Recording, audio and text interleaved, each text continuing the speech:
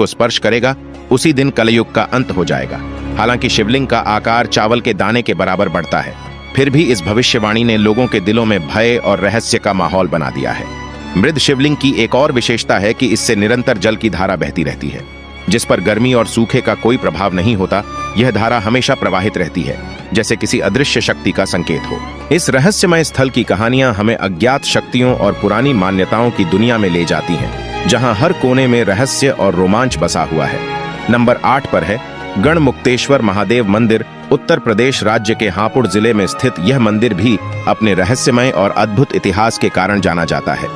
ऊंचाई पर स्थित इस मंदिर तक पहुंचने के लिए भक्तों को लंबी और रहस्यमय पत्थरों से बनी सीढ़ियां चढ़ने पड़ती हैं।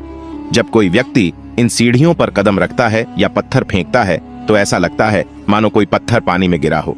कहते हैं कि प्राचीन काल में गंगा नदी का पानी इन सीढ़ियों तक पहुंचता था, लेकिन अब गंगा नदी यहां से करीब 5 किलोमीटर दूर बहती है। यह अविश्वसनीय है कि कैसे समय ने इस स्थान को बदल दिया, लेकिन सीढ़ियों का रहस्य आज भी बना हुआ है।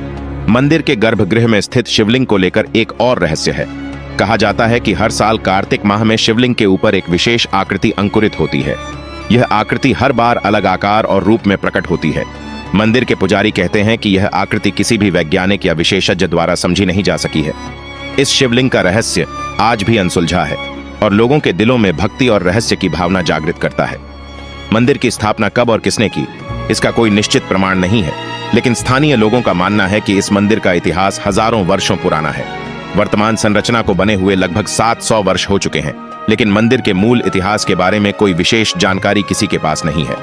गणमुक्तेश्वर महादेव मंदिर अपने रहस्यों और अद्भुत चमत्कारों के कारण श्रद्धालुओं के लिए एक अद्वितीय स्थान है।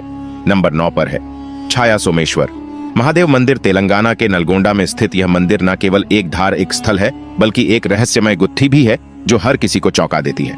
मंदिर के गर्भगृह में शिवलिंग के सामने एक भी स्तंभ नहीं है, लेकिन बाहर 2 पिलर बने हुए हैं। इस मंदिर की सबसे अनोखी बात यह है कि अगर कोई भी इन दोनों पिलर के आगे खड़ा हो जाए, तब भी शिवलिंग पर पड़ने वाली छाया जस की तस बनी रहती है।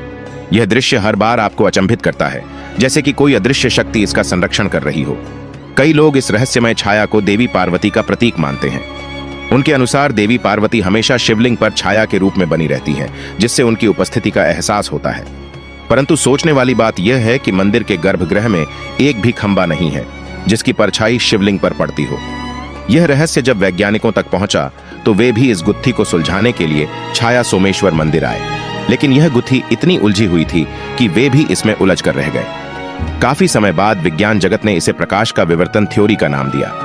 वैज्ञानिकों ने इसे विज्ञान की तर्ज पर एक थ्योरी का नाम तो दे दिया,